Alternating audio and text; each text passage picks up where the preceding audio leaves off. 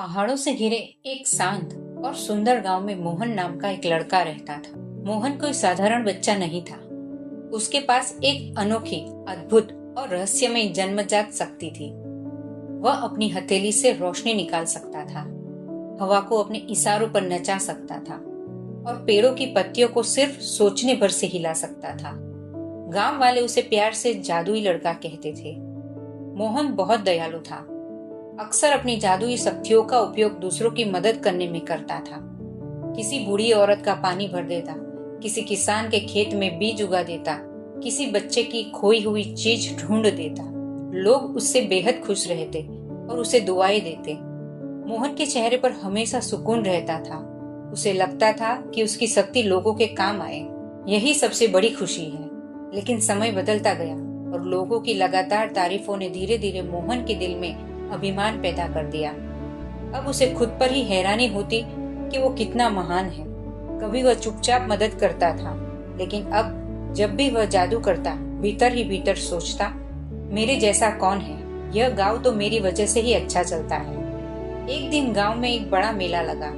चारों ओर रंग बिरंगी रोशनियां, मिठाइयों की खुशबू, बच्चों की हंसी। पूरा गांव उत्सव में डूबा था। मोहन भी वहां पहुंचा। बच्चे खेल रहे थे, लोग घूम रहे थे और उसी समय मोहन को लगा कि दुनिया को दिखाने का यह सबसे अच्छा मौका है कि वह कितना अनोखा है। वह ऊंची आवाज में बोला, तुम लोग खेलते रहो, असली कमाल तो मैं दिखाऊंगा। और उसने बिना वजह अपना जादू दिखाना शुरू कर दिया। उसने हवा को गोल गोल घुमा दिया, पानी को हवा में तैरने लगा दिया, फूलों को नचाया, रोशनी को चमकाया। बच्चे तालियां बजाने लगे। लोग हैरान होकर देखने लगे, लेकिन कई बुजुर्गों की आंखों में चिंता भी दिखी, जैसे उन्हें इस दिखावे में कुछ गलत सा महसूस हो रहा हो। इसी बीच मेले के शोर को चीरती एक धीमी, गहरी और उम्र दराज आवाज गूंजी, बेटा, शक्ति का अभिमान शक्ति को खो देता है। एक बूढ़ा साधु गांव की तरफ बढ़ रहा था।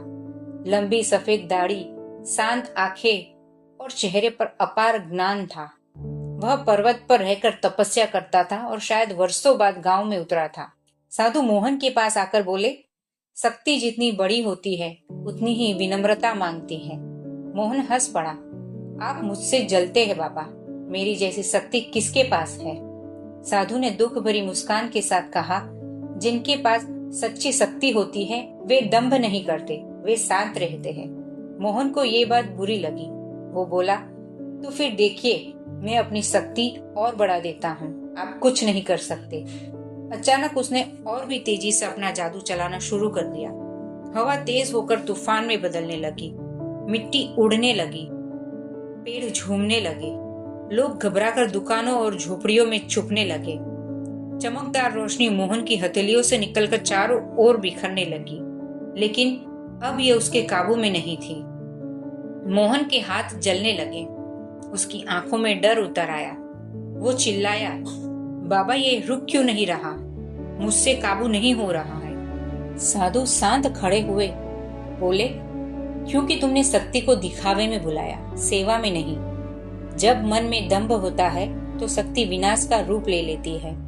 मोहन की आंखों में आंसू आ गए। मैं गलत था बाबा, इसे कैसे रोकूं? साधु ने उसके सिर पर हाथ रखा। पहला कदम है गलती स्वीकार करना। दूसरा, शक्ति को उसके असली उद्देश्य की याद दिलाना। और तीसरा, दिल से विनम्र होना। मोहन ने कांपते हुए आंखें बंद कर ली। उसने गहरी सांस ली और अपनी शक्ति से कहा, मैं तुम्हें दिखावे के लिए नहीं, भलाई के लिए चाहता हूँ, लोगों की मदद के लिए चाहता हूँ, मुझे माफ करो। धीरे धीरे हवा शांत होने लगी, रोशनी बुझने लगी, पेड़ स्थिर हो गए और मोहन की हथेलियां ठंडी हो गई। मोहन रो पड़ा, बाबा, मैं समझ गया, शक्ति बड़ी हो या छोटी, अगर उसमें अभिमान जुड़ जाए तो वो विनाश बन जाती है, लेकिन विनम्रता उसे असली शक्ति देती है। साधु मुस्कुराए, यही समझ जीवन का सबसे बड़ा जादू है बेटा, इसे संभाल कर रखना। उस दिन के बाद मोहन बदल गया। वह अपनी शक्तियों का इस्तेमाल फिर से सिर्फ भलाई के लिए करने लगा, कभी जरूरत से ज्यादा या कभी दिखावे के लिए नहीं। गांव वाले उसे पहले से भी ज्यादा सम्मान देने लगे। लेकिन मोहन की सबसे बड़ी खुशी यह थी कि अब उसके दिल में शक्ति नहीं, विनम्रता थी। अहंकार शक्ति को छोटा कर देता है, विनम्रता उसे महान बना देती है। शक्ति चाहे कैसी भी हो, ज्ञान, पैसा, कला या जादू, उसका असली मूल्य तब है जब हम उसे बिना घमंड के दूसरों की भलाई के लिए इस्तेमाल करें।